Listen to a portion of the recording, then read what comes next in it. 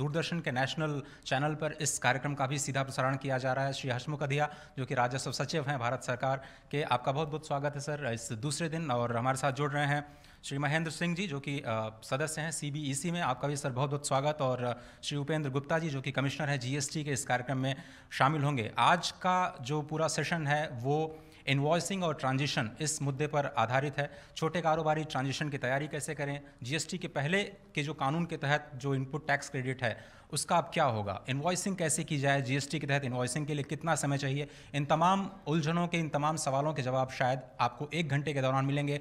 मैं आप सभी का स्वागत करता हूं पूरे राज्य सरकारों में जो भी वित्त मंत्रालय के अधिकारी हैं, CBEC के अधिकारी हैं, राज्य सरकार के अधिकारी हैं, और जो कारोबारी और जो टैक्स प्रैक्टिशनर्स इस प्रोग्राम को लाइव देख रहे हैं उनका भी स्वागत। और यहाँ पर जो बैठी जनता, जो ट्रेडर्स विभाग के अधिकारी और जो मीडिया के बंधु हैं, आप सभी का स्वागत है। राजस्व सचिव श्री हसमुख अधिया जी से मैं निवेदन करता हूं कि वो अपने इनिशियल रिमार्क्स के बाद जो आज का प्रेजेंटेशन है उसकी एक तरह से गाइडेंस दें हमें। नमस्कार। आज का जो द्वितीय GST की मास्टर क्लास में आप सबका स्वागत है। आज का जो विषय है वो 2 विषय के ऊपर हमारा क्लास होने जा रहा है। एक विषय है ट्रांजिशन का और दूसरा है इनवॉइस का।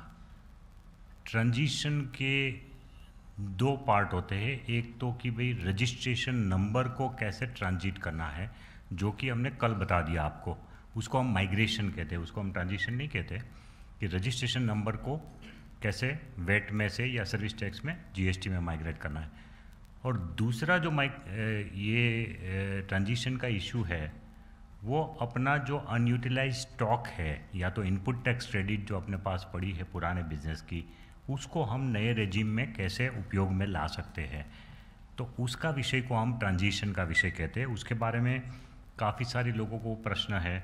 कुछ लोग कह रहे हैं कि भाई मेरी आइटम पहले ही एग्जाम थी, अब टैक्स में आ गई है, तो मुझे क्या इनपुट टैक्स क्रेडिट का कोई बेनिफिट मिलेगा पुराने स्टॉक के ऊपर। कुछ लोग ये कह रहे हैं कि मेरा यूनिट एग्जाम था लेकिन आइटम एग्जाम नहीं थी, तो क्या मुझे इनपुट टैक्स क्रेडिट मिलेगी। इस तरह के अलग अलग के काफ़ी सवाल लोगों के मन में है। उसका समाधान हमको आज इस प्रेजेंटेशन में करना है। उसी तरह से इनवॉइस में भी, जिसको हम बिल कहते हैं ना कि व्यापारी अपना बिल बुक छपवाता है, इनवॉइस देता है, तो वो इनवॉइस के अंदर भी क्या क्या डिटेल होनी चाहिए, उसके लिए कोई पर्टिकुलर कोई प्रोफॉर्मा सरकार ने दिया है कि नहीं, उसके बारे में भी लोगों को बड़ी जिज्ञासा है। और एक सबसे बड़ी जिज्ञासा है कि जो एक नया प्रोविज़न आया है कि अगर आप अनरजिस्टर्ड डीलर से ख़रीद रहे हैं तो रजिस्टर्ड डीलर को रिवर्स चार्ज में टैक्स भरने की एक प्रोविज़न आई है। तो उसके मामले में भी लोगों को बड़ी उलझन है कि उसका इनवॉइस हम कैसे बनाएंगे, कब बनाएंगे, किस तरह से करेंगे, तो वो सब प्रश्न भी है। और इनवॉइस बनाने की तारीख वो भी एक इम्पोर्टेंट मसला होता है, क्योंकि पॉइंट ऑफ टैक्सेबिलिटी, आपको टैक्स कब लगेगा, वो भी उसके साथ जुड़ा हुआ विषय है। तो ये सब मामलों का आज खुलासा हम करेंगे। और हमारे साथ मुझे खुशी है अपने परिचय कराते हुए उपेंद्र गुप्ता है जो कि पॉलिसी विंग के कमिश्नर है, और ये GST का लॉ और रूल्स वगैरह बनाने में भी इनका बड़ा सहयोग रहा है। और वो आपको बहुत बारीकाई से लेकिन बहुत सरल भाषा में प्रश्न और उत्तर उनके माध्यम से ही आपको पूरा विषय को समझाएंगे। मैं उपेंद्र से विनती करूँगा। नमस्कार। ट्रांजिशन इशू एक बहुत ही अहम इशू है, क्योंकि आज जो हमारे पास क्रेडिट अवेलेबल है वो हम GST रिजीम में कैसे ले सकते हैं, किन कंडीशंस में मिल सकता है, उसके लिए सेक्शन 140 से 143 जो CGST एक्ट है उसमें बहुत डिटेल प्रोविज़न किए गए हैं। तो एक एक सिचुएशन को हम देखते हैं कि हर सिचुएशन में मुझे किस चीज़ का क्रेडिट मिलेगा, मैं कैरी ओवर ले सकता हूँ या नहीं ले सकता हूँ, और कौन सी उनके लिए क्या क्या कंडीशंस है। तो पहली सिचुएशन ये है कि आज मैं रजिस्टर्ड हूँ GST में, और GST में मैं GST से पहले मैं रजिस्टर्ड हूँ सेंट्रल एक्साइज में या वैट में या सर्विस टैक्स में, और GST में भी मैं as normal tax payer register हो रहा हूँ, कंपोजिशन नहीं, नॉर्मल टैक्स पेयर रजिस्टर हो रहा हूँ। तो उस सिचुएशन में मुझे क्या क्रेडिट मिलेगा। ऐसी स्थिति में आप आज रिटर्न फाइल करेंगे सेंट्रल एक्साइज में भी, सर्विस टैक्स में भी। 30 जून की जो रिटर्न फाइल होगी वो जुलाई के महीने में फाइल होगी। तो उस रिटर्न में जो भी क्लोजिंग बैलेंस होगा उसका आप ओपनिंग बैलेंस के रूप में जीएसटी में उसका क्रेडिट कैरी ओवर कर सकते हैं। जो आपका इलेक्ट्रॉनिक क्रेडिट रजिस्टर होगा उसमें आप उस क्रेडिट को ले सकते हैं। तो उसके लिए क्या क्या आपको पूरा करना होगा, एक तो जैसा मैंने पहले कहा कि आपको नॉर्मल टैक्स पेयर रजिस्टर करना पड़ेगा, ना कि एज कंपोजिशन टैक्स पेयर। दूसरी उसमें कंडीशन ये है कि आपके पास क्लोजिंग बैलेंस तो है, लेकिन उन चीज़ों से रिलेटेड क्लोजिंग बैलेंस है जो जीएसटी में उसका आईटीसी मिलता है। फॉर एग्जांपल सेस है, जैसे सेस का अगर क्लोजिंग बैलेंस है आपकी रिटर्न में, तो कृषि कल्याण सेस है या एजुकेशन सेस है, उसका क्रेडिट क्योंकि जीएसटी में अवेलेबल नहीं है तो बैलेंस वहाँ होते हुए भी आप उसका क्रेडिट नहीं ले सकते हैं जीएसटी में।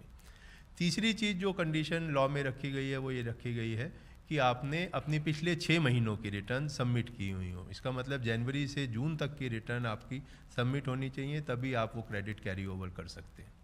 और कितना क्रेडिट आप लेंगे उसके लिए एक जीएसटी रूल्स में एक फॉर्म रखा गया है जिसको हम जीएसटी ट्रेन 1 बोलते हैं, और उसकी टेबल 5 में आपको सिर्फ डिक्लेयर करना है कि मेरा क्लोजिंग बैलेंस इतना था और मेरा ओपनिंग बैलेंस इतना हो गया। वो ट्रेन 1 जो है आपको एकदम सबमिट करने की ज़रूरत नहीं है, आप उसके लिए 3 महीने का समय रूल्स में रखा गया है, और ये भी प्रोविज़न किया गया है कि उसको कमिश्नर उस पीरियड को एक्सटेंड भी कर सकता है। ऐसी भी कंडीशन नहीं है कि आप एक ही बार सबमिट कर सकते हैं। अगर आपने सबमिट कर दिया फिर आपको कोई और गलती नज़र आई, क्योंकि आप रिटर्न रिवाइज कर सकते हैं। सेंट्रल एक्साइज में भी रिटर्न रिवाइज करने का प्रोविज़न है, वैट में भी है, सर्विस टैक्स में भी है। तो अगर आपने रिटर्न रिवाइज की अपनी, तो आप ट्रेन 1 में जो डिक्लेयर किया उसकी वैल्यू को भी आप रिवाइज कर सकते हैं। तो जितना आपका क्लोजिंग बैलेंस है उतना आप कैरी ओवर कर सकते हैं। दूसरी सिचुएशन ऐसी है कि कैपिटल गुड्स आपने खरीदे थे 30 जून से पहले। अब सेंट्रल एक्साइज में और सर्विस टैक्स में हम 50% क्रेडिट आज ले सकते हैं, और 50% क्रेडिट हम अगले वर्ष में वित्तीय वर्ष में ले सकते हैं। तो जो रिटर्न में आपका बैलेंस होगा उससे रिलेटेड, वो आपका सिर्फ 50% होगा। तो जो बाकी बचा हुआ 50% है उसका क्या होगा, क्योंकि वो रिटर्न में तो होगा नहीं। तो उसके लिए ये सिचुएशन रखी गई है, जो प्रोविज़न किया गया है वो ये है कि आप उस रिमेनिंग अमाउंट जो आपने नहीं लिया था पिछले वित्तीय वर्ष में, और वो रिटर्न में भी नहीं आ रहा है, इसलिए उतना अमाउंट का क्रेडिट आप ले सकते हैं। और उसके लिए आपको ट्रांस 1 भरना पड़ेगा, उसकी टेबल 6 है, उसमें आप वो इन्फॉर्मेशन भर देंगे। यहाँ मैं ये भी क्लियर करना चाहूँगा कि कोई भी प्रावधान ऐसा नहीं है कि हम उसको वेरीफाई करेंगे तब आप क्रेडिट लेंगे। आप क्रेडिट सिर्फ डिक्लेरेशन सबमिट करने पे ही ले सकते हैं। बाद में अगर डिपार्टमेंट चाहेगा किसी पर्टिकुलर सिचुएशन में तो वेरिफिकेशन कर सकते हैं, लेकिन जनरली हम वेरिफिकेशन नहीं करेंगे। ये सेल्फ असेस टैक्स है, आप जितना आप डिक्लेयर करेंगे आप उतना क्रेडिट ले सकते हैं। अब उसके बाद 2-3 सिचुएशन एक साथ हम देखते हैं। तीसरी सिचुएशन ऐसी है कि जहाँ पर मैं आज रजिस्टर्ड ही नहीं था, क्योंकि मेरी जो मैं बनाता था या तो मैं 1.5 करोड़ से कम था। उस सिचुएशन में क्या होगा, या मैं सारे एग्जम्प्टेड प्रोडक्ट्स बनाता था, मैं ड्यूटीएबल कोई भी नहीं बनाता था, तो उसमें क्या मुझे क्रेडिट मिलेगा? आपके पास जो स्टॉक होगा 30 जून को वो रॉ मटेरियल का स्टॉक होगा, आपके पास फिनिश गुड्स का स्टॉक होगा। फिनिश गुड्स में रॉ मटेरियल यूज़ हुआ होगा या सेमी प्रोसेस गुड्स होंगी। तो जो प्रोविज़न किया गया है लॉ में वो ये है कि अगर आपके पास ऐसा स्टॉक है और आप अनरजिस्टर्ड यूनिट थे सेंट्रल एक्साइज में या वैट में, तो आपको क्रेडिट उतना मिलेगा जितना आपका इनपुट्स जो है स्टॉक में पड़ा हुआ है, और इनपुट्स जो कि आपने फिनिश गुड्स जो आपके पास स्टॉक में पड़े हुए हैं उससे रिलेटेड जो इनपुट्स यूज़ हुआ होगा उस फिनिश गुड्स को बनाने में, उससे रिलेटेड आपको क्रेडिट मिलेगा। लेकिन उसके लिए कुछ कंडीशन निर्धारित की गई हैं। वो 3 सिचुएशन की कंडीशन मैं आपको आगे बताऊंगा। चौथी सिचुएशन ये है कि जहाँ पर मैं आज कंपोजिशन टैक्स पेयर के रूप में रजिस्टर्ड था। वो जनरली ये वैट में होगा, सेंट्रल एक्साइज में तो कंपोजिशन स्कीम थी नहीं। तो उस सिचुएशन में क्या होगा कि मैं पहले कंपोजिशन टैक्स पेयर था, मैं जीएसटी में as normal tax payer register हो रहा हूँ।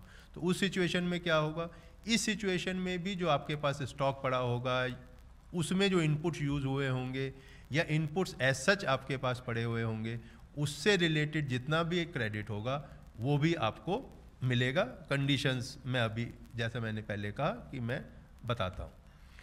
अगली सिचुएशन ऐसी है कि जहाँ पर मैं ड्यूटीएबल भी बनाता था, एग्जम्प्ट भी बनाता था। तो जो मैं ड्यूटीएबल बनाता था उससे रिलेटेड तो मैं क्रेडिट भी ले रहा था, उससे रिलेटेड इनपुट्स का मेरा क्रेडिट रिटर्न में भी आ रहा था, और वो मेरा रिटर्न में जो क्रेडिट आ रहा था, जो पहली सिचुएशन हमने डिस्कस की थी, उससे मेरे को ट्रांसफ़र हो गया था मेरे इलेक्ट्रॉनिक क्रेडिट लेजर में। लेकिन ऐसी सिचुएशन जहाँ पर मैं दोनों बना रहा था, तो जो एग्जेम्प्टेड से रिलेटेड इनपुट्स थे या उसमें जो उन एग्जेम्प्टेड गुड्स जो फिनिश गुड्स थे उसमें जो इनपुट यूज़ हुए थे उससे रिलेटेड मेरे को क्रेडिट आज नहीं मिलता था, लेकिन जीएसटी में वो गुड्स टैक्सेबल हो रही हैं। तो उस सिचुएशन में मुझको क्या क्रेडिट मिलेगा? वही क्रेडिट मिलेगा जैसा पहले हमने दो सिचुएशन में देखा कि जितने इनपुट्स आपके पास स्टॉक में हैं उसका क्रेडिट मिलेगा, इनपुट्स जो फिनिश गुड्स या सेमी फिनिश गुड्स जो आपके स्टॉक में हैं, जो अभी क्लियर नहीं हुए हैं फैक्ट्री से, उसमें जो इनपुट्स हैं उससे रिलेटेड क्रेडिट मिलेगा, और उसके लिए कंडीशंस हैं। तो हमने देखा कि ये जो तीन सिचुएशन है, मैं कंप्लीटली एग्जम्प्ट था, मैं कंपोजिशन डीलर था, अब मैं टैक्सेबल हो रहा हूँ, मैं पहले एग्जम्प्ट था, अब मेरी गुड्स जो हैं वो टैक्सेबल लिमिट में टैक्सेबल हो रही हैं, या मैं टैक्सेबल और एग्जम्प्ट दोनों एक्टिविटी करता था, अब मेरी दोनों एक्टिविटी टैक्सेबल हो रही हैं। इसके लिए मुझे क्रेडिट क्या मिलेगा? क्रेडिट मिलेगा इनपुट से रिलेटेड जो मेरे स्टॉक में है, और जो इनपुट्स जो फिनिश गुड्स जो स्टॉक में है उसमें जो इनपुट्स यूज़ हुए हैं उससे रिलेटेड क्रेडिट मिलेगा। यहाँ पर ये बात नोटिस करने की है कि यहाँ पर हम क्रेडिट जो है वो पहली दो सिचुएशंस में, जहाँ पर मैं एग्जेम्प्टेड और टैक्सेबल को छोड़ के, जहाँ मैं एग्जेम्प्टेड कंप्लीटली एग्जेम्प्ट था या मैं कंपोजिशन था, आज मुझे कैपिटल गुड्स का क्रेडिट नहीं मिलता है। तो इन दोनों सिचुएशन में कैपिटल गुड्स का क्रेडिट नहीं मिलेगा, मुझे मिलेगा सिर्फ इनपुट से रिलेटेड क्रेडिट। और दूसरी सिचुएशन कि इनपुट सर्विस से रिलेटेड क्रेडिट भी मुझे नहीं मिलेगा, जो कि तीसरी सिचुएशन है जहाँ पर मैं एग्जेम्प्टेड और ड्यूटीएबल दोनों बना रहा था। उसमें उस सिचुएशन में मुझे इनपुट्स का क्रेडिट भी मिलेगा, इनपुट्स जो फिनिश गुड्स में कंटेंट है उसका भी मिलेगा, और कैपिटल गुड्स का जो क्रेडिट है वो भी मिलेगा, क्योंकि आज के लॉ में अगर मैं दोनों चीज़ें करता हूँ, टैक्सेबल और एग्जेम्प्टेड दोनों एक्टिविटीज़ करता हूँ, तो मुझे क्रेडिट पूरा मिलता है कैपिटल गुड्स का। तो जो कैपिटल गुड्स का क्लोजिंग बैलेंस होगा वो मेरी रिटर्न से ही आ रहा होगा, क्योंकि मैं रिटर्न में मैंने क्रेडिट लिया होगा, या अगर मैंने पिछले साल में ही खरीदी थी ऐसी कैपिटल गुड्स तो मैंने 50% लिया होगा, तो 50% क्रेडिट मेरा सिचुएशन नंबर 2 जो हमने पहले डिस्कस की थी उससे आ रहा होगा। अब इन तीनों सिचुएशन में क्या कंडीशंस हैं जिनको मुझे ध्यान में रखना है क्रेडिट लेने के लिए? पीछे आएंगे, और पीछे आगे चलिए। इसमें जो है कंडीशन जो पूरा करना है वो ये है कि मैं जो इनपुट्स हैं वो मैं जिस पे मैं क्रेडिट ले रहा हूँ, और ये मुझे इन स्टॉक से क्रेडिट मिल रहा है, तो स्टॉक से जो क्रेडिट मिल रहा है उसका क्रेडिट जो है मेरे को, जो मेरे पास जो इनपुट्स मैं यूज़ कर रहा हूँ उससे रिलेटेड मुझे क्रेडिट मिलना है, और उससे रिलेटेड मुझे डिक्लेरेशन देनी है टेबल नंबर 7 ट्रांस 1 में। सिर्फ मुझे डिक्लेरेशन देनी है कि मेरे पास इतना स्टॉक है। अगर ऐसा इनपुट्स इसमें यूज़ हुआ है या इनपुट्स जो मेरे स्टॉक में पड़े हैं जिनमें कि मैं यूज़ नहीं करूँगा टैक्सेबल सप्लाईज को करने के लिए, तो उसका क्रेडिट मुझे नहीं मिलेगा। दूसरी सिचुएशन जो मुझे, दूसरी कंडीशन जो मुझे पूरी करनी है वो ये कि उन इनपुट्स पे मुझे क्रेडिट मिलने की एलिजिबिलिटी होनी चाहिए जीएसटी रिजीम में। अगर कोई ऐसा आइटम है मेरे स्टॉक में जिसमें या तो पहले क्रेडिट नहीं मिलता था या मिलता था, वो इरेलेवेंट है। रेलेवेंट ये है कि वो इनपुट्स जो हैं उसके लिए, उस पे क्रेडिट के लिए मैं जीएसटी रिजीम में एलिजिबल होना चाहिए क्रेडिट लेने के लिए। तीसरी और जो सबसे मुख्य कंडीशन है वो ये है कि मेरे पास ड्यूटी पेइंग डॉक्यूमेंट्स होने चाहिए उससे रिलेटेड क्रेडिट लेने के लिए। क्योंकि मैं एग्जेम्प्टेड था, हो सकता है मेरे पास ड्यूटी पेइंग डॉक्यूमेंट ना हो, इसलिए एक नोटिफिकेशन जारी किया गया है सेंट्रल एक्साइज में, जिसका नोटिफिकेशन नंबर 21/2017 है, जो कि 30 जून को जारी किया गया। उसमें एक हमने नया डॉक्यूमेंट प्रेस्क्राइब किया है जिसको हम बोल रहे हैं क्रेडिट ट्रांसफ़र डॉक्यूमेंट। इस क्रेडिट ट्रांसफ़र डॉक्यूमेंट को यूज़ करके, हालांकि आपके पास ड्यूटी पेइंग डॉक्यूमेंट्स हो सकता है ना हो, तो उस सिचुएशन में आप ये क्रेडिट ट्रांसफ़र डॉक्यूमेंट यूज़ कर सकते हैं। अपने मैन्युफैक्चरर से जिससे आपने माल ख़रीदा था वो इशू करेगा इस क्रेडिट को। उसके लिए 2-4 कंडीशंस हैं। तो सीटीडी की जो कंडीशन है, मैं अभी आता हूँ उसके ऊपर। नेक्स्ट जो कंडीशन पूरी करनी है वो ये है कि जिन इनवॉइस पे मैं क्रेडिट लेना चाहता हूँ वो 1 साल से पुरानी नहीं होनी चाहिए, क्योंकि मैं 1 जुलाई को क्रेडिट ले रहा हूँ तो 30 जून 2016 से पुरानी इनवॉइस नहीं होनी चाहिए। अगर वो ड्यूटी पेइंग डॉक्यूमेंट 30 जून 2016 से पुराना है तो मैं उस डॉक्यूमेंट के ऊपर क्रेडिट लेने के लिए हकदार नहीं रहूँगा। और लास्ट सिचुएशन जो मैंने कहा वो ये कि मुझे डिक्लेरेशन देनी है स्टॉक की, वो टेबल 7 और जो फॉर्म है GST ट्रेन 1 जो CGST रूल्स का पार्ट है उसमें मुझे डिक्लेरेशन देनी है। और इसके लिए भी कंडीशन वही है कि 3 महीने में मतलब 30 सितंबर तक डिक्लेरेशन देनी है। इस डेट को बढ़ाया भी जा सकता है और अगर कुछ गलती हुई तो इस टेबल 7 को रिवाइज भी किया जा सकता है। अब मैं क्रेडिट ट्रांसफ़र डॉक्यूमेंट के बारे में कुछ प्रकाश डालना चाहूँगा। ये क्रेडिट ट्रांसफ़र डॉक्यूमेंट क्या चीज़ है, ये जानना जरूरी है कि ये credit transfer document excise act में जारी किया गया है, जैसा मैंने पहले कहा नोटिफिकेशन नंबर 21/17 से। ये क्रेडिट ट्रांसफ़र डॉक्यूमेंट जो है मैन्युफैक्चरर से हम जारी करा सकते हैं और ये इंपोर्टेड गुड्स के लिए नहीं है। और अगर 25,000 रुपये पर पीस से वैल्यू ज़्यादा है तो उस केस में हम लोग इसको जारी करा सकते हैं और 45 दिन के अंदर मैन्युफैक्चरर से जारी करा सकते हैं। और उसके बेस पे मेरे पास ड्यूटी पेइंग डॉक्यूमेंट नहीं होंगे तो मैं उसका क्रेडिट ले सकता हूँ। ये क्रेडिट ट्रांसफ़र डॉक्यूमेंट मैं यूज़ करूँगा अगर मेरे पास ड्यूटी पेइंग डॉक्यूमेंट्स नहीं है। लेकिन क्रेडिट ट्रांसफ़र डॉक्यूमेंट की जो क्रेडिट ट्रांसफ़र डॉक्यूमेंट पे मुझे क्रेडिट मिलेगा, ये मैं क्रेडिट ट्रांसफ़र डॉक्यूमेंट यूज़ करूँगा अगर मैं ट्रेडर हूँ। अगर मैं मैन्युफैक्चरर हूँ तो मैं क्रेडिट ट्रांसफ़र डॉक्यूमेंट यूज़ नहीं कर सकता हूँ, ये भी एक जानना ज़रूरी है। तो जो मैन्युफैक्चरर है, जो मैं पहले एग्जेम्प्टेड था या मैं ड्यूटीएबल और एग्जेम्प्टेड बना रहा था, मैं कंपोजिशन से नॉर्मल टैक्स पेयर आ रहा हूँ, उन सब सिचुएशन में मुझे क्रेडिट मिलेगा अगर मेरे पास ड्यूटी पेइंग डॉक्यूमेंट्स हैं और उस चीज़ पे मिलेगा जिसका मेरे पास रॉ मटेरियल जो इनपुट्स मेरे स्टॉक में है या इनपुट्स मेरे पास फिनिश गुड्स में। अब अगर हम ट्रेडर की बात करें, ट्रेडर जो है आज सेंट्रल एक्साइज में उसको सेंट्रल एक्साइज ड्यूटी पे करना नहीं होता है, इसलिए उसको उसके पास सेंट्रल एक्साइज डॉक्यूमेंट नहीं होते हैं। तो उसको कैसे क्रेडिट मिलेगा? एक तो हम CTD के बेस पे कर सकते हैं जैसे मैंने पहले डिस्कस किया, और अगर CTD भी नहीं है तो हमने डीम क्रेडिट का प्रोविज़न किया है। अगर आप GST में 18% या 28% वाले स्लैब का माल बेचते हैं तो 60% क्रेडिट मिलेगा, और अगर 5 या 12% वाले का बेचते हैं तो 40% स्लैब मिलेगा। ये सिर्फ ट्रेडर के लिए फैसिलिटी है, मैन्युफैक्चरर के लिए नहीं है, ये बात नोट करने की। और इसमें जो और कंडीशन है वो ये है कि मुझे GST ट्रेन 2 में डिक्लेरेशन देना होगा, और ये जो मेरे को क्रेडिट मिलेगा मेरे को उस महीने में मिलेगा जिस महीने में मैं गुड्स बेचूंगा, और ये स्कीम 6 महीने के लिए वैलिड है। अब अगर मैं पहले वैट में रजिस्टर्ड था तो क्या मुझे CST का क्रेडिट मिलेगा? तो उसका CST का कोई क्रेडिट नहीं मिलेगा, मुझे वैट का क्रेडिट मिलेगा। और जो CST के जो फॉर्म्स थे, C form, F form, H form, उससे रिलेटेड क्रेडिट मिलेगा, उससे क्रेडिट नहीं मिलेगा। जब वो फॉर्म्स आप सबमिट कर देंगे तो उसके बारे में उसका रिफंड मिलेगा। नेक्स्ट सिचुएशन है कि मैं पहले ISD के तौर पे रजिस्टर्ड था, तो क्या मेरे को अगर इनवाइस जो है जुलाई के महीने में मिली तो क्या मैं ISD के रूप में उन इनवाइस जो सर्विस टैक्स की इनवाइस मेरे को जुलाई के महीने में मिली मैं क्रेडिट ट्रांसफ़र कर सकता हूं?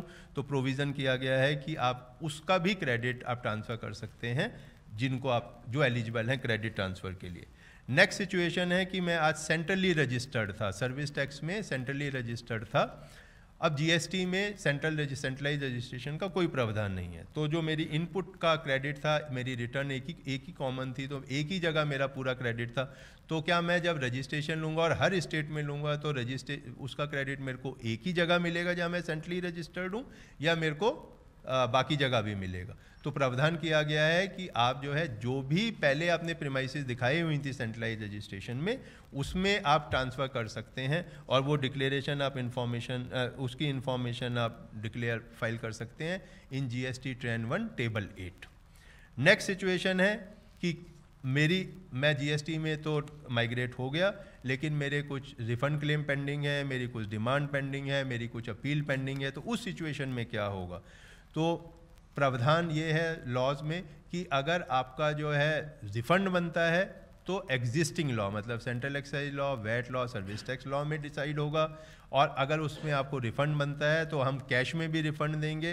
हालांकि आज कैश में रिफ़ंड नहीं मिलता है सेंट्रल एक्साइज और सर्विस टैक्स में, लेकिन जीएसटी में हमने प्रावधान किया है कि आपको रिफ़ंड भी मिल जाएगा।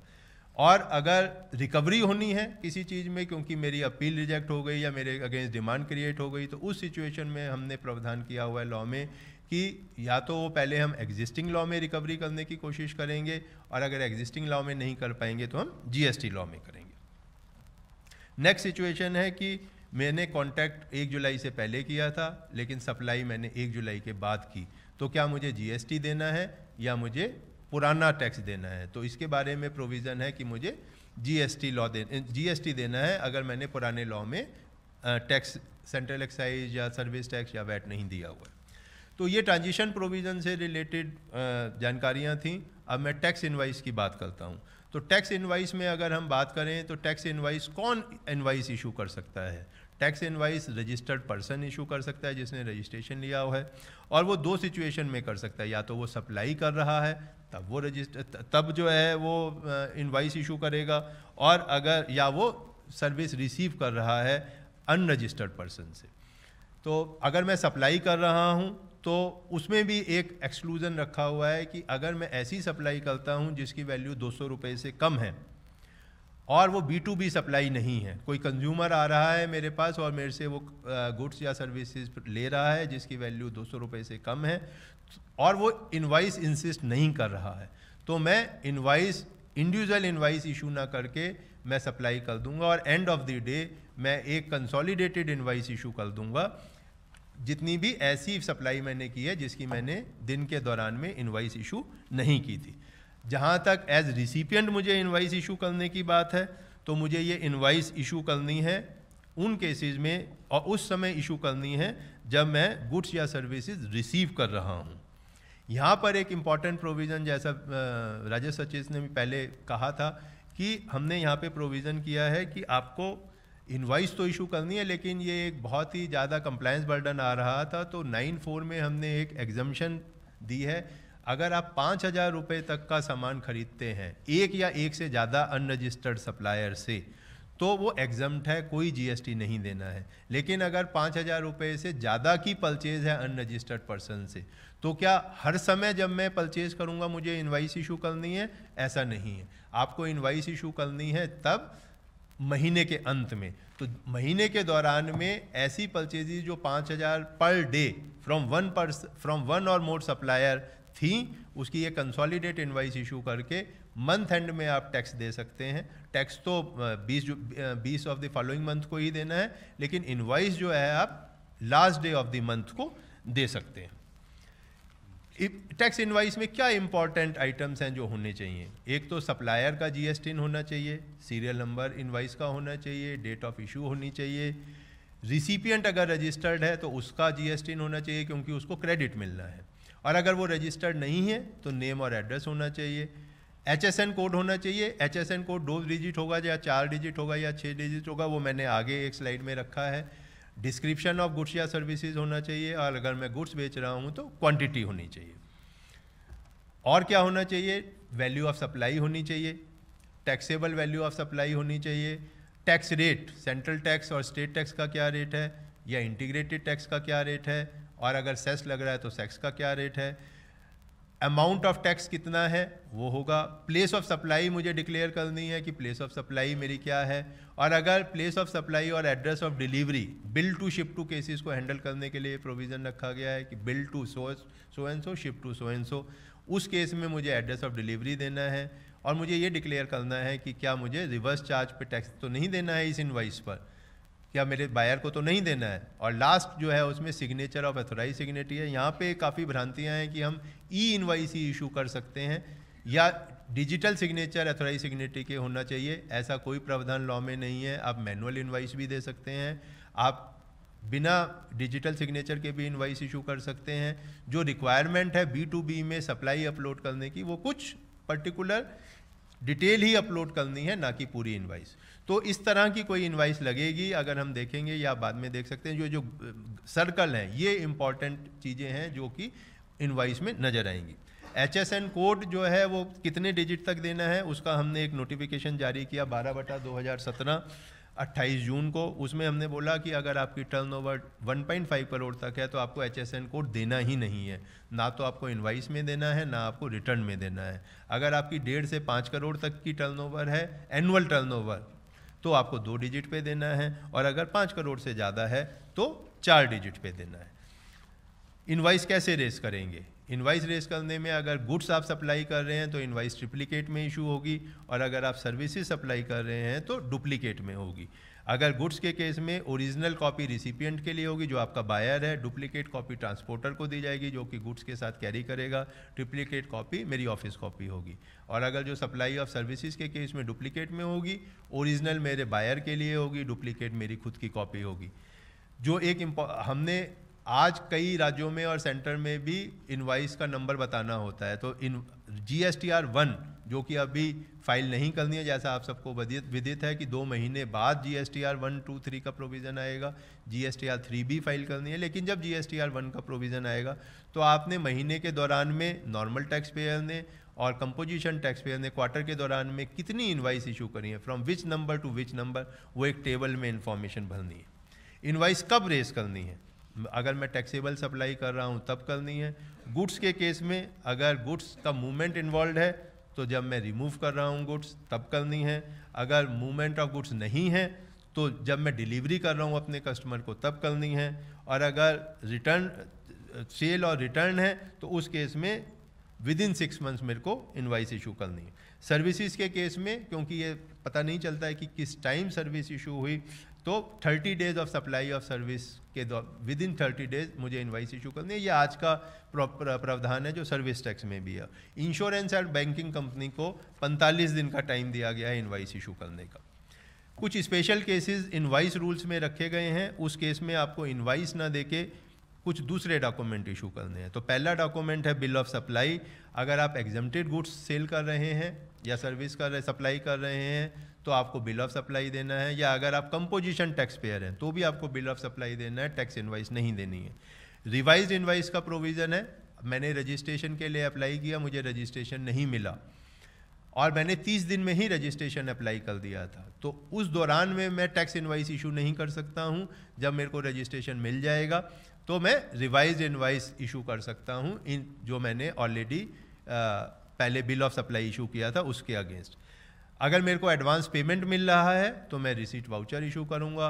अगर मेरे को एडवांस पेमेंट मिला था और मैं वो वापस लौटा रहा हूँ तो मुझे रिफंड वाउचर इशू करूँगा।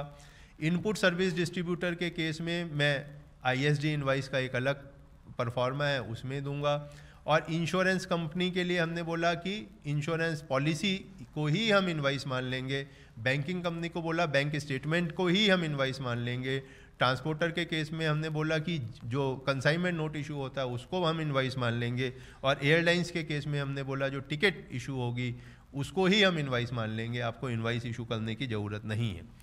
कुछ 3 सिचुएशंस ऐसी हैं जहां पर कि हमें ये नहीं पता चलता है कि हमने कितना सप्लाई किया, तो उस केस में डिलीवरी चालान का प्रावधान है इनवाइस रूल्स में। वो 3 सिचुएशंस हैं कि अगर मैं लिक्विड गैस सप्लाई कर रहा हूँ, मैं जॉब वर्क के लिए सामान भेज रहा हूँ, या मैं सामान तो भेज रहा हूँ लेकिन सप्लाई नहीं है, तो गुड्स ऑन अप्रूवल बेसिस भेज रहा हूँ, तो उस केस में मैं डिलीवरी चालान इशू करूँगा। और एक्सपोर्ट इनवाइस के केस में मैं नॉर्मल इनवाइस इशू करूँगा, लेकिन मैं उस पर लिखूँगा कि सप्लाई मेंट फॉर एक्सपोर्ट, उतना लिख के मैं इनवाइस इशू कर दूंगा, वो एक्सपोर्ट इनवाइस मानी जाएगी। इसके अलावा क्रेडिट नोट और डेबिट नोट का भी प्रोविज़न लॉ में किया हुआ है।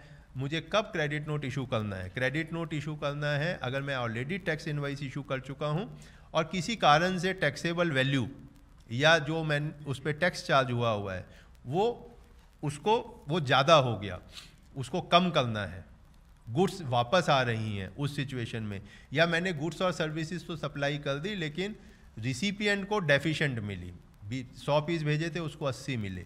इन सिचुएशंस में मैं क्रेडिट नोट इशू करूंगा और उन क्रेडिट नोट को मैं GST पोर्टल में अपलोड करूंगा रिटर्न के साथ, और मैं अपनी लाइबिलिटी जो मैंने टैक्स इनवाइस इशू करते हुए दिखाई थी उस लाइबिलिटी को मैं कम कर सकता हूं।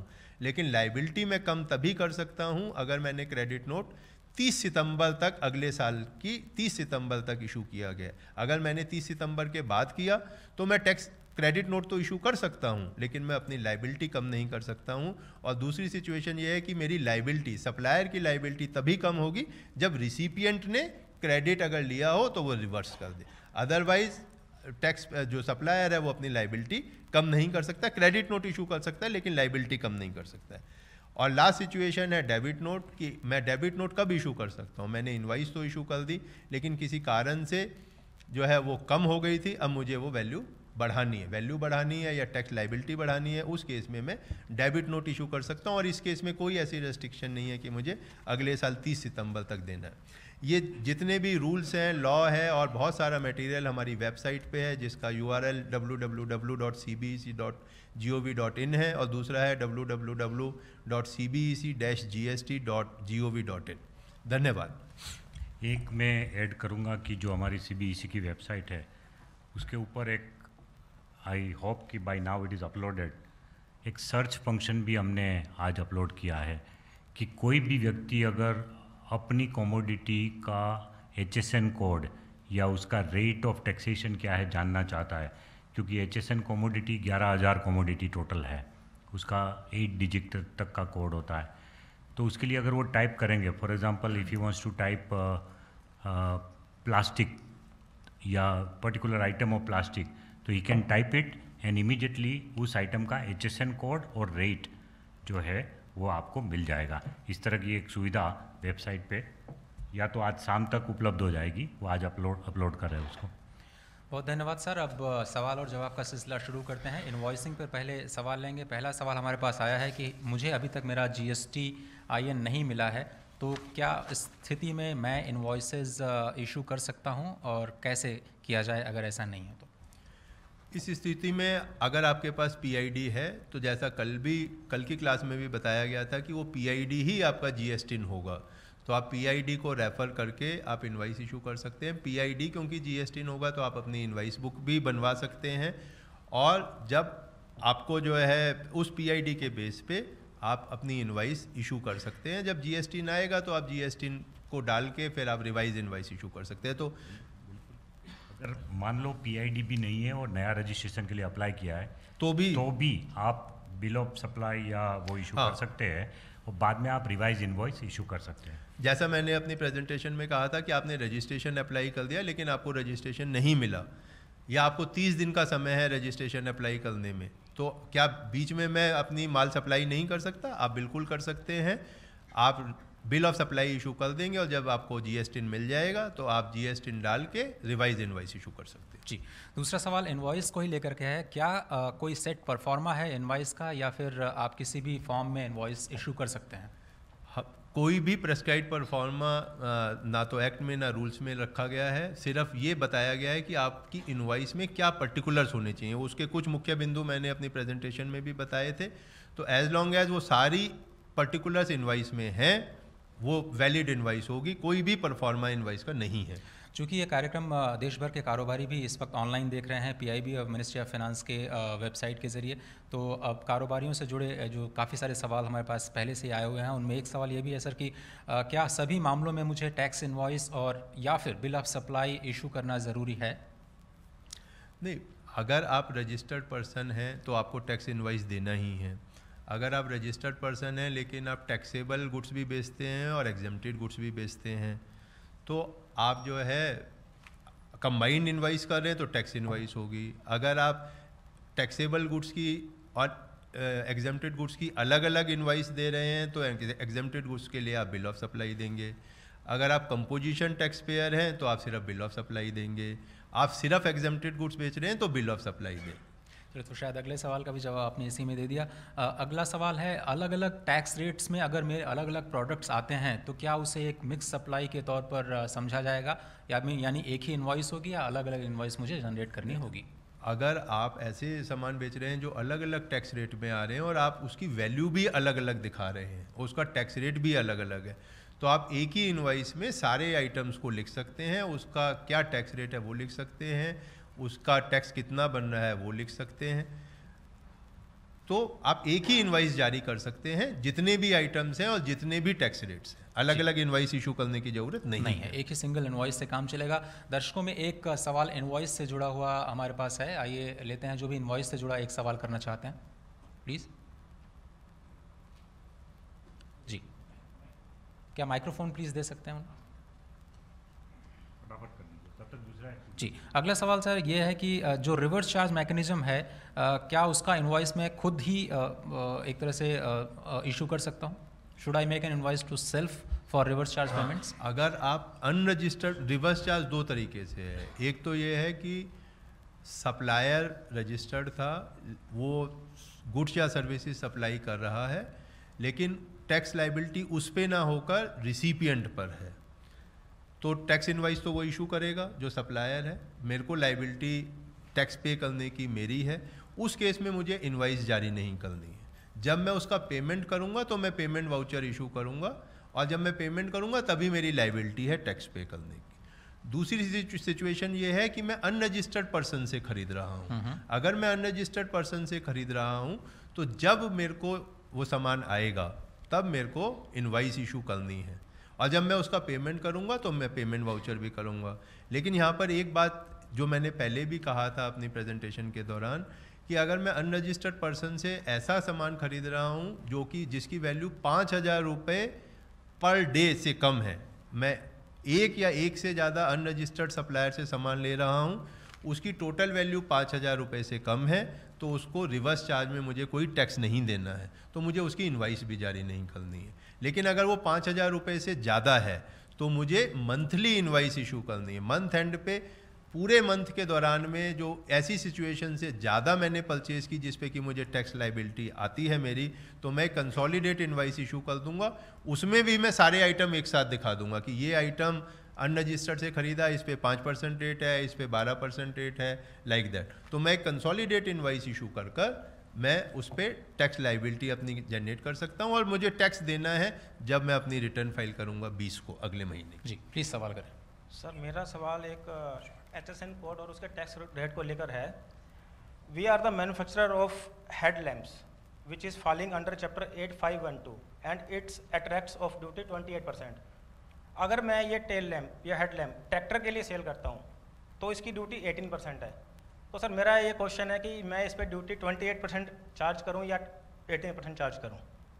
ये प्रश्न जो है ना वो आज के विषय के साथ सुसंगत नहीं है, उसका जवाब हम बाद में देंगे, है ना जी। ये रेट रिलेटेड प्रश्न है, आज के विषय के साथ ये सुसंगत नहीं है। ठीक है सर, क्रेडिट डेबिट नोट को लेकर के एक सवाल है कि जो अनरजिस्टर्ड सप्लाई के साथ में जो क्रेडिट और डेबिट नोट जारी किया जाएगा, क्या उसके लिए GSTN और ITC क्लेम किया जा सकता है उसके लिए? नहीं, प्रश्न क्लियर नहीं है। अगर how will the credit and debit note from the unregistered supplier be reported to GSTN and ITC claimed for the same? नहीं, अगर आपने जो है वो अनरजिस्टर्ड सप्लायर से लिया हुआ सामान है, उसका क्रेडिट नोट डेबिट नोट हो रहा है, तो वो भी इनवाइस की तरह ही निर्धारित होगा। तो जैसे इनवाइस आप अनरजिस्टर्ड सप्लायर से खरीदते हुए इनवाइस इशू कर रहे हैं जिन सिचुएशन में, अगर वही सिचुएशन कवर होती हैं तो डेबिट नोट क्रेडिट नोट भी उसी तरह से अपलोड किया जाएगा। वो रजिस्टर्ड पर्सन अपनी इनवाइस अपनी रिटर्न में दिखाएगा। अब बहुत सारे लोग ये समझना चाह रहे हैं सर कि क्या हम मैनुअल इनवॉइसेस भी इशू कर सकते हैं या हमें हमेशा इलेक्ट्रॉनिकली ही फाइल करना ज़रूरी है अगर इनवॉइस की बात करें? मैंने अपनी प्रेजेंटेशन में भी कहा था कि आप मैनुअल इनवाइस भी दे सकते हैं, उसको डिजिटल सिग्नेचर भी ज़रूरत नहीं है। ऐसा कहीं लॉ में नहीं लिखा हुआ है कि इलेक्ट्रॉनिक इनवाइस ही होनी चाहिए। जो इम्पॉर्टेंट है वो ये कि अगर आप B2B सप्लाई कर रहे हैं तो आपको कुछ इनवाइस डिटेल्स, कुछ डिटेल्स आपको अपलोड करनी है, सारी इनवाइस अपलोड नहीं करनी है, तो आप मैनुअल इनवाइस जारी कर सकते हैं। अगला सवाल है, जो अभी एग्जिस्टिंग लॉज हैं उसके तहत अगर मैं रजिस्टर्ड हूं और अपना एक पर्टिकुलर सीरियल नंबर अपने बिल्स पे रख रहा हूं, तो क्या मैं उसे कंटिन्यू कर सकता हूं अपने आने वाले इनवॉइसेस में जो कि GST के तहत मैं जारी करने जा रहा हूं अपने सप्लायर्स को? आपका डिसीजन है। आप नया नंबर शुरू करना चाहते हैं 1 जुलाई से, वो कर सकते हैं। अगर आप पुराने को कंटिन्यू करना चाहते हैं वो कर सकते हैं, क्योंकि रिटर्न में आपको बताना है कि मैंने कौन से सीरियल से कौन से सीरियल नंबर तक की इनवाइस इस महीने में जारी की है। जी, कुछ सवाल ट्रांजिशन से भी रिलेटेड है साहब, उस पर हम जाएंगे। ये जानना चाह रहे हैं कि मैं अभी एग्जिस्टिंग लॉज के तहत तो रजिस्टर्ड हूँ, मुझे कैसे GST के तौर पर रजिस्टर करना होगा, क्योंकि बहुत सारे अभी कारोबारी हैं जो अभी रजिस्ट्रेशन नहीं कर पाए हैं और इस चीज़ का इंतज़ार कर रहे हैं। इसके बारे में तो कल चर्चा हुई थी कि अगर आप ऑलरेडी रजिस्टर्ड हैं तो आपको GSTN पे जाके आपको ऑलरेडी PID मिल गया होगा, PID के बेस पे आप अपना बिजनेस कर सकते हैं। और PID को रेगुलर रजिस्ट्रेशन सर्टिफिकेट को कन्वर्ट कराने के लिए आपके पास 3 महीने का समय है। उस 3 महीने में आप जो भी इंफॉर्मेशन देनी है वो देंगे। इन दी मीन वाइल जब तक आपको फाइनल GST नहीं मिलता है तो भी आप PID के बेस पे बिजनेस कर सकते हैं। कुछ ऐसे कारोबार जो अभी अनकंडीशनली एग्जेम्प्टेड हैं और वो पहले से रजिस्टर्ड हैं अंडर एग्जिस्टिंग लॉज, तो अगर वो GST में रजिस्टर कराते हैं तो क्या उन्हें इनपुट टैक्स क्रेडिट मिलेगा? मिसाल के तौर पर टेक्सटाइल सेक्टर के लिए अगर जिस चीज़ पे आज ड्यूटी ही नहीं थी, अगर वो एग्जेम्प्टेड था तो उससे रिलेटेड कोई भी क्रेडिट ना तो इनपुट स्टेज का आया हुआ है ना फिनिश गुड्स का आया हुआ है, तो उसका क्रेडिट नहीं मिलेगा। SSI एग्जेम्पशंस बहुत सारे लोग अभी तक अवेल कर रहे थे, जो small and sector, small and medium जो एंटिटीज़ हैं, क्या उन्हें भी रजिस्टर करने पर GST के तहत इनपुट टैक्स क्रेडिट का लाभ मिलेगा? अभी फ़िलहाल वो रजिस्टर्ड हैं एग्जिस्टिंग लॉज के तहत। नहीं, अगर वो आज SSI एग्जेम्पशन का बेनिफिट ले रहे थे तो वो रजिस्टर्ड नहीं थे। तो अपनी प्रेजेंटेशन में मैंने कहा था कि ऐसी मैन्युफैक्चरिंग यूनिट जो SSI में थी अब टैक्सेबल हो रही हैं, तो जो उनके पास रॉ मटेरियल पड़ा है या जो फिनिश गुड्स में रॉ मटेरियल यूज़ हुआ है उससे रिलेटेड क्रेडिट मिलेगा अगर आपके पास ड्यूटी पेइंग डॉक्यूमेंट्स हैं। अब ऐसी यूनिट से अगर ट्रेडर ने सामान लिया हुआ है तो ट्रेडर को भी अपनी प्रेजेंटेशन में मैंने बताया था कि 60% या 40% क्रेडिट मिलेगा। तो ट्रेडर ने कहाँ से खरीदा हम ये नहीं देख रहे हैं, ट्रेडर को हर उस चीज़ का क्रेडिट मिल जाएगा अगर वो अनकंडीशनली एग्जेम्प्टेड आइटम नहीं थे। बहुत सारे कारोबार की स्थिति में 1 जुलाई से पहले कुछ इनपुट्स थे वो जो कि जॉब वर्क के लिए भेजे गए थे लेकिन वो अभी तक रिटर्न नहीं हो पाए हैं। तो ऐसी स्थिति में जब वो बन करके आएंगे जॉब वर्क के कंप्लीशन के बाद में 1 जुलाई के बाद जब से GST लागू होगा, तो ऐसी स्थिति में ट्रीटमेंट क्या होगा GST के तहत? अगर जॉब वर्क के पास सामान गया हुआ था, अगर उसने जॉब वर्कर ने 6 महीने में सामान लौटा दिया तो उस पर कोई ड्यूटी नहीं है, ना तो GST है और ना पुरानी ड्यूटी है। लेकिन अगर जॉब वर्कर ने 6 महीने में नहीं लौटाया तो उस सिचुएशन में जो प्रिंसिपल था जिसने सामान जॉब वर्कर को भेजा था उसको जितना उसने इनपुट टैक्स क्रेडिट उन आइटम्स पे लिया था जो उसने जॉब वर्कर के पास भेजा हुआ था वो क्रेडिट रिवर्स करना होगा। सर, TDS से जुड़ा अगला सवाल है। एक कारोबारी हैं जिन्होंने कहा कि मैंने अपने जो सामान हैं वो 1 जुलाई से पहले बेचे, उनकी इनवॉइसेस जो थी उनको भी रेज़ किया और उसमें जो TDS की रिक्वायरमेंट थी उसके मुताबिक हमने TDS काटा, लेकिन जो मेरी पेमेंट आई वो 1 जुलाई के बाद आई। तो क्या GST के तहत भी कोई TDS का प्रावधान है? क्योंकि आपकी टैक्सेबल इवेंट GST रिजीम शुरू होने से पहले ही हो गया था, तो इसलिए जब आप पेमेंट करेंगे, TDS जनरली करता है जब आप पेमेंट कर रहे हैं, यहाँ पे टैक्सेबल इवेंट पहले ही हो चुका है, तो जब आप पेमेंट करेंगे तो TDS नहीं लगेगा क्योंकि टैक्सेबल एक्टिविटी GST रिजीम शुरू होने से पहले ही हो गई। सर, आपने प्रेजेंटेशन में जो इनपुट टैक्स क्रेडिट है उसको कैरी फॉरवर्ड करने के जो तरीके हैं उस पर डिटेल से बताया, लेकिन 1 जुलाई से पहले अगर किसी एजेंट के पास मेरे जो सामान या फिर जो कैपिटल गुड्स हैं वो पड़े हुए हैं तो उसके बाद उसकी स्थिति क्या होगी कैरी फॉरवर्ड को लेकर के? ये जो प्रिंसिपल एजेंट का कंसेप्ट था ये सिर्फ स्टेट लॉज में है, आज सेंट्रल लॉज में नहीं है। तो SGST में इसके प्रोविज़न किए हुए हैं कि एजेंट को क्रेडिट मिलेगा, कुछ कंडीशंस अगर वो सेटिस्फाई करेगा जो कि SGST रूल्स में मेंशन है। वो कंडीशन है कि एजेंट रजिस्टर होना चाहिए GST में, प्रिंसिपल और एजेंट दोनों स्टॉक डिक्लेयर करें। प्रिंसिपल बताएगा कि एजेंट के पास कितना पड़ा है, एजेंट बताएगा कि प्रिंसिपल के पास किस प्रिंसिपल का सामान मेरे पास कितना है, और वहाँ पे भी वही कंडीशन है कि उनसे रिलेटेड इनवाइस 1 साल से पुरानी नहीं होनी चाहिए। तो अगर ये कंडीशन पूरी करेंगे तो एजेंट को भी क्रेडिट मिलेगा। अब इस सर्विस सेक्टर से जुड़ा एक सवाल है सर, बहुत सारे लोग सर्विसेज में डील करते हैं, जो एडवांस में उन्होंने सर्विस टैक्स पे कर दिया है वर्क कॉन्ट्रैक्ट सर्विसेज के लिए, लेकिन जो सप्लाई है वो 1 जुलाई के बाद आ रही है, तो फिर ऐसे में जो GST का ट्रीटमेंट है वो कैसे किया जाएगा? जितनी सर्विस आप GST रिजीम के बाद देंगे उससे रिलेटेड आपको टैक्स देना है। अगर आपने पहले ही एडवांस पेमेंट कर दिया है टैक्स का तो सर्विस टैक्स में आज एडवांस पे भी टैक्स लगता है। तो ऐसी सिचुएशन हो सकती है कि जहाँ पे आपको एडवांस पहले मिल गया हो तो आपने टैक्स भी पहले दे दिया हो, लेकिन सर्विस हो सकता है आप बाद में दें। तो सर्विस आप बाद में दें, लेकिन उससे पहले रिलेटेड अगर आप टैक्स पहले ही दे चुके हैं तो जीएसटी में सर्विस देने के बावजूद भी आपको टैक्स नहीं देना है, क्योंकि उससे रिलेटेड टैक्स पहले ही आ गया है। क्रेडिट को लेकर के एक सवाल है कि I had to make an sandwich credit reversal due to the non payment prior to the 1 July 2017। उसके बाद में अगर पेमेंट 1 जुलाई के बाद आ रही है तो फिर क्या क्रेडिट को आप अलाउ करेंगे?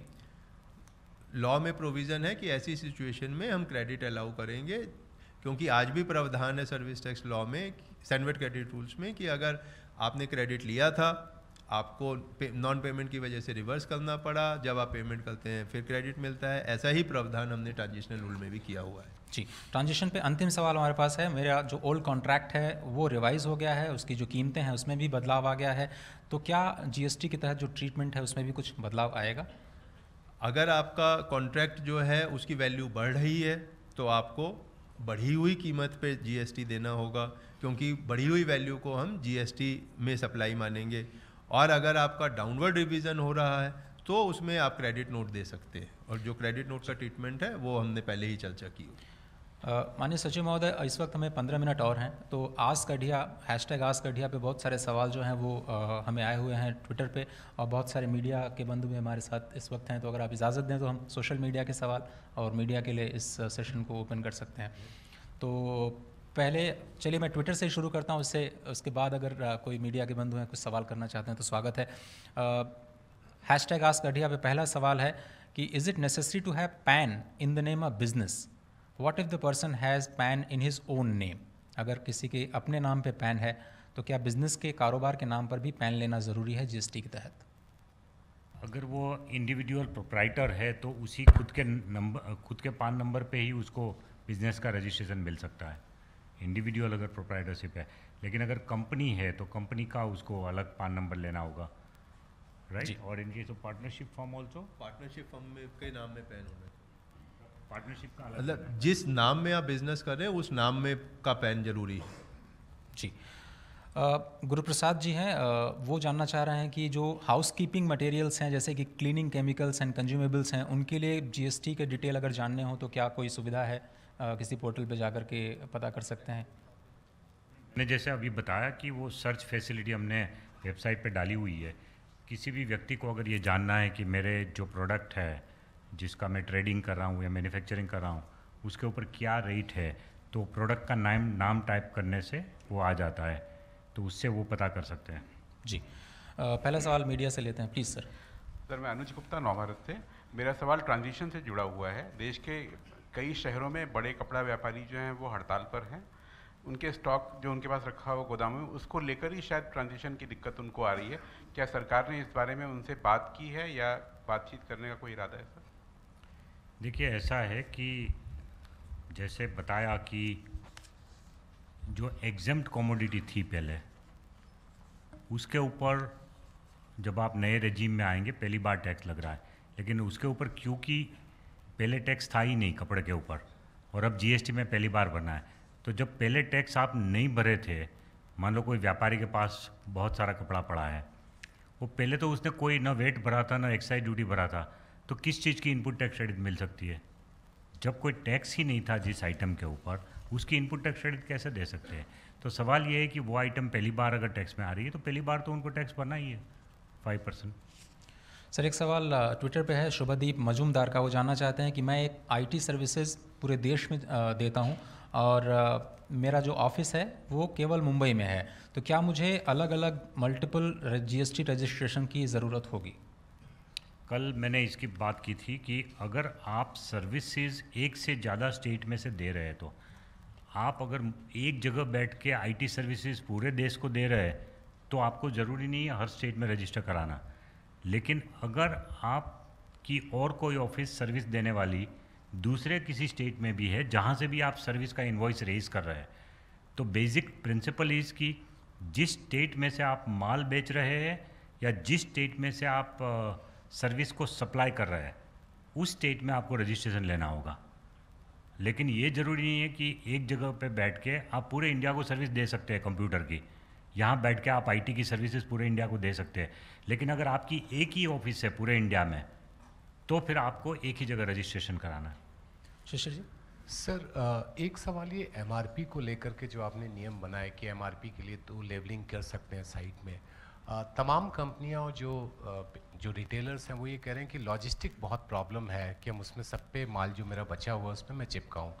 अगर वो नहीं चिपकाते हैं और रेट बढ़ जाते हैं, ऐसे में क्या कुछ कार्रवाई हो सकती है? देखिए, वो विषय कंज्यूमर अफेयर्स का है। आज शायद कंज्यूमर अफेयर्स मिनिस्टर ने भी कुछ इसके बारे में बताया है। जो लोग कहता है कि ये करना ज़रूरी है, अब वो नहीं करेंगे तो क्या होगा, वो एक अलग प्रश्न है। लेकिन हमारी सबसे अपील होगी सब व्यापारियों को कि इतना मुश्किल काम भी नहीं है ये स्टिकर वगैरह लगाना, वो कर दे जितनी जल्दी उतना अच्छा है। अगर मान लो बहुत बड़ी आइटम है मास प्रोडक्शन की, तो इमीडिएटली कम से कम वो अपना रिवाइज एमआरपी न्यूज़पेपर में तो छाप दे, न्यूज़पेपर के माध्यम से सबको इन्फॉर्म तो कर दे कम से कम। और उसके बाद जितना जल्दी हो सके वो एमआरपी बदलने के स्टिकर्स जो है वो प्रोडक्ट के ऊपर लगा दे। हमारी वही विनती होगी सबसे। जी सर, अगर रिवर्स चार्ज के तहत इनवॉइस आपको जारी करना है तो उसके लिए क्या प्रोसीजर है और क्या उसके लिए भी कोई स्टैंडर्ड फॉर्मेट है? इसमें जैसा मैंने पहले भी बताया था कि इनवाइस का कोई फॉर्मेट नहीं है। इनवाइस में क्या पर्टिकुलर्स होंगे वही रखने, वो लॉ में, वो रूल में लिखा हुआ है। रिवर्स चार्ज के लिए भी वही फॉर्मेट्स है, वही पर्टिकुलर्स है। उसमें जो पर्टिकुलर्स रिवर्स चार्ज के लिए एप्लीकेबल है वो भरे जाएंगे और उसका कोई फॉर्मेट नहीं है जी। और रिवर्स चार्ज में इनवाइस तभी इशू करनी है जब आप अनरजिस्टर्ड पर्सन से खरीद रहे हैं, और अगर 5,000 रुपये पर डे फ्रॉम 1 और मोर पर्सन है तो मंथली इनवाइस जारी करनी। जी। ट्विटर पे अगला सवाल रंगास्वामी शेखर का है। वो टेक्सटाइल डीलर हैं। उन्होंने कहा है कि जीएसटी से पहले वो बिल्कुल उन पर टैक्स नहीं लगता था और जो टैक्स फ्री इनवॉइसेस यूज़ करते थे, लेकिन अभी 5% जीएसटी लग रहा है, तो क्या उन्हें क्लोजिंग स्टॉक पे इनपुट टैक्स का क्रेडिट मिल सकता है? उन्होंने भी वही पहले भी क्वेश्चन यही पूछा था और प्रेजेंटेशन के दौरान भी कहा था कि क्योंकि टेक्सटाइल एग्जेम्प्टेड प्रोडक्ट था उस पर कोई भी टैक्स आज नहीं लगा हुआ है, ना तो वैट ना तो सेंट्रल एक्साइज, तो उससे रिलेटेड इनपुट टैक्स क्रेडिट का कोई प्रावधान लॉ में नहीं है। जी, प्लीज पूछें अपना सवाल। सर, अगर मोबाइल बिल या क्रेडिट कार्ड बिल जो है 25 जून को जनरेट होता है और उसकी ड्यू डेट होती है 10 जुलाई, तो जब हम बिल पेमेंट करते हैं तो वो जीएसटी के दायरे में होगा या पुराना टैक्स लगेगा उस पर? इसी के बारे में था कि आज सर्विस टैक्स में क्या प्रोविज़न है कि date of issue of invoice और date of payment whichever is earlier. तो अगर मेरे को एडवांस मिल गया तो पहले मिल गया इनवाइस जारी करने से पहले, तो जिस दिन एडवांस मिला उस दिन मेरी टैक्स लायबिलिटी है। अगर मेरे को एडवांस नहीं मिला तो जिस दिन मैंने इनवाइस जारी की उस दिन मेरी लायबिलिटी है। ये सर्विसेज के केस में प्रोविज़न था। गुड्स के केस में प्रोविज़न था जब आप इनवाइस इशू करेंगे उसी दिन टैक्स लगना है। गुड्स के केस में जैसा मैंने पहले कहा था इनवाइस इशू करनी है जिस दिन आप माल बेच रहे हैं। सर्विस के केस में प्रावधान है कि आपने सर्विस तो दी, जिस दिन कंप्लीट हुई उसके 30 दिन के अंदर आपको इनवाइस इशू करनी है। लेकिन अगर आपने 30 दिन के अंदर इनवाइस इशू नहीं की तो क्या होगा? तो ये अगर आपने 30 दिन में इनवाइस इशू कर दी तो ये माना जाएगा कि जिस दिन आपने इनवाइस इशू की उसी दिन सर्विस दी थी। और अगर आपने 30 दिन में नहीं की इनवाइस इशू तो फिर हम डिटरमिन करेंगे कि आपने सर्विस किस दिन कंप्लीट की थी। तो अगर आपने 30 दिन में, आपके एग्जांपल में आपका बिलिंग साइकिल 25 जून तक है, इनवाइस 10 जुलाई को इशू हो रही है, आपने पेमेंट भी पहले नहीं किया हुआ है जून में, तो अब 10 जुलाई को जब आप इनवाइस इशू करेंगे तो लायबिलिटी जीएसटी की आएगी, क्योंकि आप जो है date of provision of services, date of issue of invoice, तो 10 जुलाई को मानते हुए जीएसटी लगेगा उस केस में। जी। सुमित सचदेव जी का सवाल है ट्विटर पे। वो ये जानना चाह रहे हैं कि जो एयरेटेड ड्रिंक्स हैं, हालांकि उन्होंने कंफर्म नहीं किया कि उन पर रेट ऑफ टैक्स क्या है, लेकिन अगर वो किसी रेस्टोरेंट में इसको सर्व कर रहे हैं तो फिर जीएसटी का क्या होगा और उसमें कोई क्या क्रेडिट भी उन्हें अवेलेबल होगा? रेस्टोरेंट में अगर वो एयरेटेड ड्रिंक सर्व कर रहे हैं तो उनको क्रेडिट कैसे मिलेगा और उस पर कितना टैक्स? उसका क्रेडिट तो जब उन्होंने एरिएटेड ड्रिंक्स खरीदा होगा तो उसका क्रेडिट उनको मिला होगा। अब जब वो सर्व करेंगे तो वो एक बिल इशू करेंगे जिसपे कि वो अपने कस्टमर से उसका जीएसटी चार्ज करेंगे। Let me give more clarification about it. Restaurant के ऊपर अगर नॉन एसी है तो 12% रेट है, एसी रेस्टोरेंट है तो 18% है। और अगर रेस्टोरेंट में लिकर सर्व किया जा रहा है तो भी irrespective of whether it is AC और नॉन एसी 18% लगेगा। अब सवाल ये है कि अब की रेजीम में है, हम ये कह रहे हैं कि जितने भी गुड्स कंज्यूम हो रहे हैं रेस्टोरेंट में, उसके ऊपर जो भी जीएसटी लगा है उन सब का क्रेडिट ले सकते हैं वो। तो इनपुट टैक्स क्रेडिट आपको हर आइटम का मिल सकता है। केचप की बोतल आपने खरीदी या एरेटेड ड्रिंक्स खरीदे, उस सब का आपको वो मिल सकता है इनपुट टैक्स क्रेडिट। जी। सुरेश रंका ये जानना चाह रहे हैं कि as per service tax activated tin मेरा जो है वो एक्टिवेट नहीं हो पाया है, तो ऐसी स्थिति में मैं क्या करूं? क्या मैं नया रजिस्ट्रेशन लूं? और ऐसी स्थिति में अगर मेरे पास पुराना स्टॉक पड़ा हुआ है तो उसका क्या होगा? ट्रांजिशन प्रोविज़न में ऐसा कोई प्रावधान नहीं है कि अगर आप माइग्रेशन करेंगे तभी आपको क्रेडिट मिलेगा। अगर आप फ्रेश रजिस्ट्रेशन भी अप्लाई कर रहे हैं, माइग्रेशन पे नहीं जा रहे हैं, तो भी आपको जब रजिस्ट्रेशन फॉर्म भरना है तो पुराना आपका रजिस्ट्रेशन नंबर मेंशन करना है आपको रजिस्ट्रेशन एप्लीकेशन में। तो चाहे आप माइग्रेशन के माध्यम से जाएं या नए रजिस्ट्रेशन के रूट से जाएं, आपको ट्रांस 1 में इंफॉर्मेशन देनी है, डिपेंडिंग अपॉन आप रिटर्न के माध्यम से जा रहे हैं, स्टॉक के माध्यम से जा रहे हैं, जैसा हमने चर्चा किया था टेबल 5, टेबल 6, टेबल 8, उस माध्यम से आपको क्रेडिट मिलेगा। और जहाँ तक मेरे को एक्टिवेट नहीं हुआ है तो आप जो है अपना बिजनेस कर सकते हैं, जैसा हमने कल भी चर्चा की थी। जी।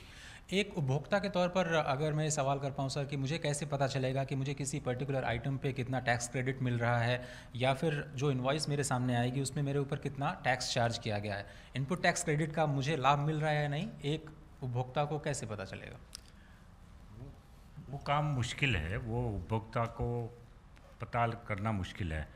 उपभोक्ता को तो इतना ही देखना है कि जो पहले का एक्साइज ड्यूटी और वेट का मिला के कितना रेट था इस आइटम के ऊपर और अब जीएसटी में कितना आ रहा है। तो हम इसके लिए अलग अलग एडवर्टीजमेंट के द्वारा लोगों को ये बता रहे हैं कि पहले क्या इंसिडेंस था, अब क्या इंसिडेंस है। तो उपभोक्ता को तो अपना टोटल इंसिडेंस ही देखना है। तो मान लो पहले का इंसिडेंस 19% था, अब 18 हो गया, तो उपभोक्ता को 1% कमी होनी चाहिए। लेकिन अगर वो माल थोड़ा महंगा हो गया तो कंज्यूमर कैन आस्क क्वेश्चन कि भाई ये महंगा क्यों हुआ, क्योंकि पहले भी 19% का इंसिडेंस था और अब भी 18% का है। सो वो थोड़ा मुश्किल है वो पता करना कंज्यूमर के लिए कि कितना इनपुट टैक्स क्रेडिट मिला कितना नहीं। वो तंत्र के लिए ज़रूरी है जानना कि भाई कितना इनपुट टैक्स क्रेडिट इसको मिल सकता है और उसने लिया और उसके प्रोपोर्शनेट उसने प्राइस में रिडक्शन किया कि नहीं किया, वो तंत्र को पता रह सकता है, कंज्यूमर को करना थोड़ा मुश्किल होता है। जी। राजेश कुमार बेरिया जी जानना चाह रहे हैं ट्विटर के ज़रिए, कमर्शियल व्हीकल ओनर जिन्होंने अभी तक सी नोट इशू नहीं किया है और वो किसी जीटीए से जो व्हीकल्स हैं वो हायर करते हैं, तो क्या उनको जीएसटी के अंतर्गत रजिस्ट्रेशन कराना होगा? नोट की बात करें जी, तो एक्चुअली जहाँ पे जीटीए है उसमें तो रिवर्स चार्ज का प्रावधान है कि जो है जो रिसिपिएंट है कुछ पर्टिकुलर कैटेगरीज में उसमें उनको जीएसटी देना है। लेकिन अगर वो कंसाइनमेंट नोट इशू नहीं करते हैं और जीटीए नहीं है तो जो सर्विस प्रोवाइड कर रहा है उसी को टैक्स देना है। जी। और कोई सवाल अगर मीडिया से है? जी लक्ष्मण जी, एक प्लीज़ माइक्रोफोन दे दें। सर मान लीजिए मेरा दिल्ली में मेरी कंपनी है और बॉम्बे हम जाकर रुकते हैं, वहाँ पे होटल में बिल चुकाते हैं, तो वहाँ के इनपुट वहाँ पे जो टैक्स चुकाते हैं इनपुट टैक्स क्रेडिट के लिए बॉम्बे में क्या रजिस्टर्ड होना, महाराष्ट्र में रजिस्टर्ड होना ज़रूरी होगा हमारा? ऐसा राजस्व सचिव साहब ने भी पहले बताया था कि आपको रजिस्ट्रेशन लेना है वहाँ पर जहाँ से आप सप्लाई कर रहे हैं। इस एग्जाम्पल में आप सिर्फ होटल में जाके रह रहे हैं तो इसका प्लेस ऑफ सप्लाई महाराष्ट्र ही है, तो जो होटल है वो आपसे सीजीएसटी और एसजीएसटी चार्ज करेगा। आपका महाराष्ट्र में कोई रजिस्ट्रेशन है नहीं, दिल्ली में रजिस्ट्रेशन, तो आप उस क्रेडिट को नहीं ले पाएंगे, क्योंकि अगर वो आईजीएसटी लगा होता तो आप क्रेडिट ले सकते थे, लेकिन क्योंकि सीजीएसटी और एसजीएसटी लग रहा है तो आप जो है उसका क्रेडिट नहीं ले पाएंगे। फाइनली इस प्रोग्राम में केवल 2 मिनट बचे हैं। श्री अडिया जी, अगर कोई क्लोजिंग कमेंट आपकी तरफ से है, स्वागत है। मैं आप सबका धन्यवाद करता हूं कि इस कार्यक्रम को बड़ा अच्छा समर्थन आप लोगों ने दिया। हमारी ये कोशिश है कि ये कार्यक्रम के जरिए हम देश के लाखों व्यापारियों और कारोबारियों तक पहुंच सके, लाखों कंज्यूमर तक भी पहुंच सके। एक कमेंट हमको जो मिला है वो ये है कि भाई इस कार्यक्रम का जो टाइमिंग है वो व्यापारियों के लिए अनुकूल नहीं है। 4:30 से 5:30 में व्यापारी ज़्यादातर अपने अपने व्यवसाय में बिजी होते हैं, तो उनके लिए हमारी विनती ये है कि इस कार्यक्रम का काफ़ी रिपीट भी कुछ चैनल वगैरह करने वाले हैं और उस रिपीट के टाइम उनको देख सकते हैं। और वो नहीं तो भी ये पूरे कार्यक्रम हमारे YouTube पे अवेलेबल है, व्हाट्सएप से भी एक दूसरे को भेज रहे हैं यूट्यूब का लिंक, तो आप यूट्यूब से उसको निकाल के एक दूसरे को भेज सकते हैं, और जब भी आपको कन्वीनियंस हो अपने मोबाइल फ़ोन में भी देख सकते हैं और अपने कंप्यूटर में भी कभी भी देख सकते हैं। धन्यवाद। बहुत बहुत शुक्रिया राजस्व सचिव श्री हसमुख अधिया जी। महेंद्र सिंह जी, आपका भी बहुत बहुत शुक्रिया, और उपेंद्र गुप्ता जी, आपका बहुत बहुत शुक्रिया इस कार्यक्रम में वक्त निकालने के लिए, और जो तमाम ट्रेडर्स से और लोगों से सवाल मिले हैं उसका जवाब देने के लिए।